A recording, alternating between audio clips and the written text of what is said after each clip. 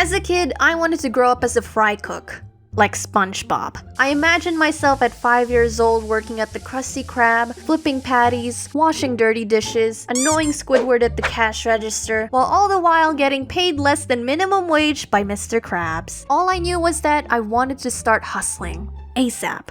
So I got to work. At school, I sold candies, and along the way, I may or may not have accidentally scammed someone due to insufficient change. Cool, free lunch money. I also sold paper just in case my classmates forgot their notebooks at home. So I, the cheeky little Asian entrepreneur that I was always there to wave a piece of paper under their noses. Achoo! Lastly, I sold my mom's homemade cupcakes for 50 cents each. Unfortunately, I didn't get that far building my cupcake empire ever since I got sent to the principal's office. Something about potentially triggering other kids' peanut allergies or someone dying from cupcakes. I don't know, but sure. I'll take the L than a criminal record any day.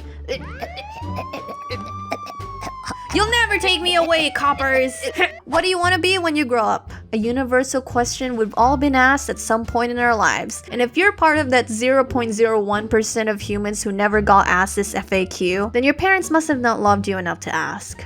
Weirdly enough, I never considered art as a possible career choice for me. I probably would have said that I wanted to be along the lines of restaurant manager, or author, or an inventor, flight attendant, or a nurse, despite having no passion in the medical field whatsoever. You know what? I think I would have been a great nurse, saving people's lives and wiping old people's butt. Piece of cake. Alas, here we are, making animations on YouTube. Usually when you turn the ripe age of 16, some of your parents may have encouraged you to get a part-time job as a way for you to stop leeching off their life savings. And at the same time, at least you have something to show off on your CV. As for my parents, they're Asian. Now, while other people have sandwich organization skills on their CV, I wrote down, okay, don't laugh because it's kind of embarrassing, but I wrote down house chores as my experiences. I mean, I gotta start somewhere, right? Experiences.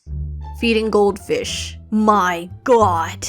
Get her on the phone right now! In 10th grade, we had this mandatory internship activity where instead of going to school for a week, we begged businesses to take us in by saying we'll work for free for 6 hours a day. Luckily for me, I didn't have to beg thanks to my highly experienced CV and introverted charisma. A very nice grocery company did take me in and had me positioned to work at the deli section where I met this chill employee who raved about Sword Art Online and My Little Ponies. Ah, a brony. Not that there's anything wrong with that. He was a hard stand for Pinkie Pie and the MLP lore. Nonetheless, he was a pretty nice guy overall. At the end of my internship, the manager actually liked my work ethic and he said that if I ever wanted a job here, I should give him a call. I never called back because making phone calls is scary and I never thought that I'd get this far. And as it turned out, that was my luckiest and closest opportunity I've ever gotten to getting a well-paid part-time job. In an interview, I mostly dread getting asked these two questions.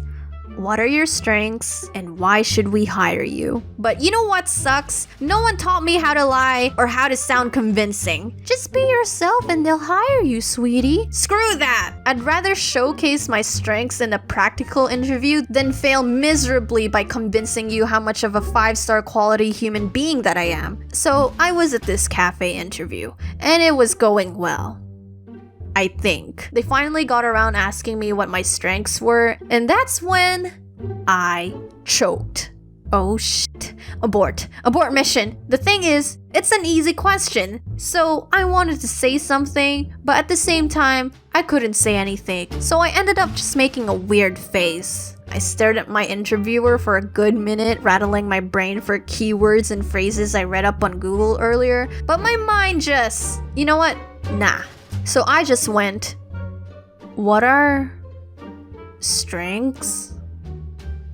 I didn't get the job. If you think that was stupid, oh, you're gonna hit your head against the wall for this next one. So I sent out all my CVs to different businesses and got a call to do a practical group interview for this company called Your Cubicle. I called up my friend who worked at another branch and she gave me great tips about who and what to mention in order to stand out. I was so prepared for the interview. I went there, gave it my all, and felt really good about myself after because I remember the interviewer saying, "Oh wow, you really know a lot about our company and our best-selling client." Well, I read it all up on your website, but thank you. After hearing that, I was like, hell yeah, I got this in the bag. It was so rare for me at the time to feel confident after an interview that I completely tunnel visioned. I convinced myself that there was no way they're gonna pass me off. I'm gonna receive a phone call from them telling me that I demolished the other candidates and made them cry home because I got the job. Rejection was out of the question. One day, I got a phone call and I was expecting Your Cubicle on the other end congratulating me for my successful application, but it turned out it wasn't them, but a restaurant that I applied to. They said that they'd take me in and asked me if I'm good to start next week. Just like that. I didn't have to do an interview. So, this is the stupid part. If you get a call saying that you got a job and you're in that desperate position to get a job, take that one. Please, even though you think that you're gonna get the other job but haven't gotten a response yet, just take the one that's already in front of you. But please, because I didn't. I told you. I tunnel visioned. And guess what? I didn't get the job. So not only did I not pass Your Cubicle interview, I also lost the restaurant job for no apparent reason. Stupid. Also, if you're of the age to drive, I suggest you learn it early on. Getting a part-time job means you gotta commute one way or another. Buses are reliable here in Australia, so I've always thought to myself, why drive when I can catch the bus? I mean, look at me. I'm saving the environment. But then I noticed how a lot of interviewers ask me, can you drive? Do you have your own car? But I would be like, oh no, I just catch the bus. Well, you're not hired. For the longest time, it never occurred to me that driving is essential. It didn't matter if I did well in a practical interview or if the manager liked me. To them, I probably didn't look as dependable since I didn't have my own car. Sure, I can make the best darn iced latte, but they could also teach someone with the driving skills to make the best darn iced latte. So yeah, I'm proud to say that I have my own car now and that I can drive. Only with supervision. Apparently, some of my friends got jobs by lying about knowing how to drive and having their own car. So, I guess it's okay to twist the truth a tiny bit. It was one rejection after another, so I threw in the towel and resumed focusing on my studies. After the first year of college, I was going through my notes one day and saw that I had written a plan.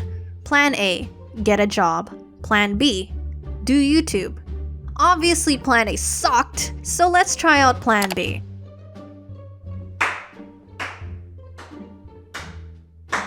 Well, that was easier than I thought. Screw college! Jokes aside, I never thought my Plan B would actually work. I want to thank everyone here who has supported this channel, and I mean that by a lot. Who knew that getting rejected at one thing meant something better will come along later on? It all comes to full circle. So if you're asking what my take is on job interviews, apply everywhere, ask Google for help, and hope for the best. Be yourself, but at the same time, don't be yourself. And it's okay to lie a tiny bit, as long as it's about having a car. By the way, don't take the don't be yourself joke too seriously because I know some people will take that seriously. Yeah, it's a joke. Anyway, back to the topic. Keep applying because you'll be bound to get a job one way or another, or you'll end up finding your own path, which is probably way better than you thought it would be. Happy holidays, happy Christmas, happy Hanukkah, and everything in between. I hope to see you all again in 2021 with another video. I hope it doesn't take me freaking 3 months to upload a video. This time it's gonna be way shorter. So yeah, that's a New Year's resolution that I'm willing to make. Also, I stream on Twitch if anyone misses me in between my upload schedules. So, yeah, that's pretty much it. Okay, bye, Happy New Year, and I'll see you all next time.